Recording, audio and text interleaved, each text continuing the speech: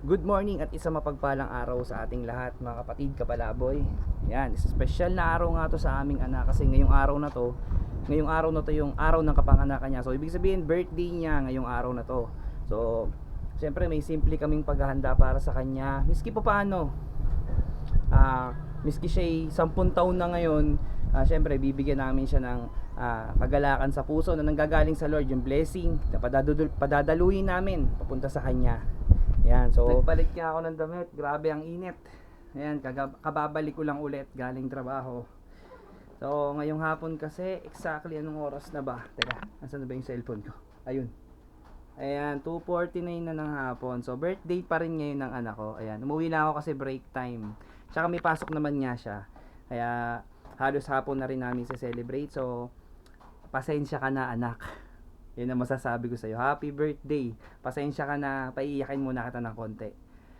Di ko alam kung ano yung magiging resulta nitong gagawin ko, pero alam ko medyo totoyoin to. Ako nang bahala, ako naman ang daddy. So ang gagawin ko ay ganito. Ito muna ilalagay ko dito kasi may regalo talaga ang grandma niya. Ito yung regalo ng grandma niya, oh.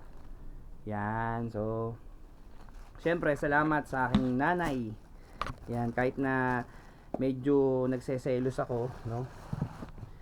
Seselos ako, ma. Baka naman yung panganay mo, ito oh, nasa apo na lang palagi nabibigay eh.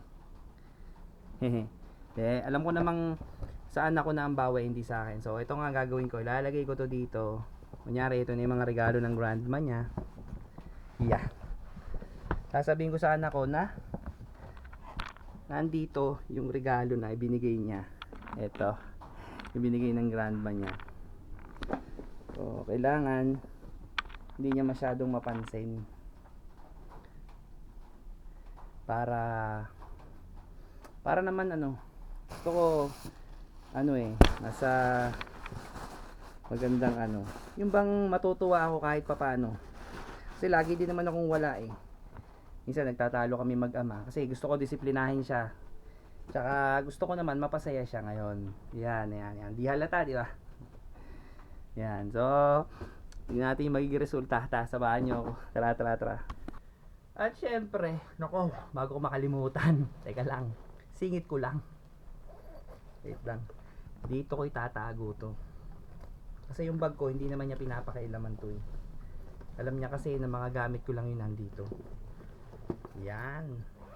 Oh. Hindi niya pansin. Hindi niya alam.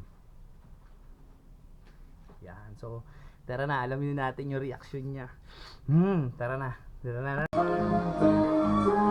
O pala ko, may pasok ako. Ito naman yan. Pinipakita natin kay grandma. Ipakita mo muna. Bili, kanta muna. Bili, kakanta. Bili. Yay! Happy birthday! Ang dami niya. Dali. Dali. Ay, si mama. Open na yung gift. Okay. Open mo na, Dili. Open mo na. Mali mo, nasa ilalim. Tatapon. Open na lang sa ilalim. Akin naman. Tignan mo muna. Ano ba yan? Tignan mo muna. Tanggalin mo muna isa-isa. Dali.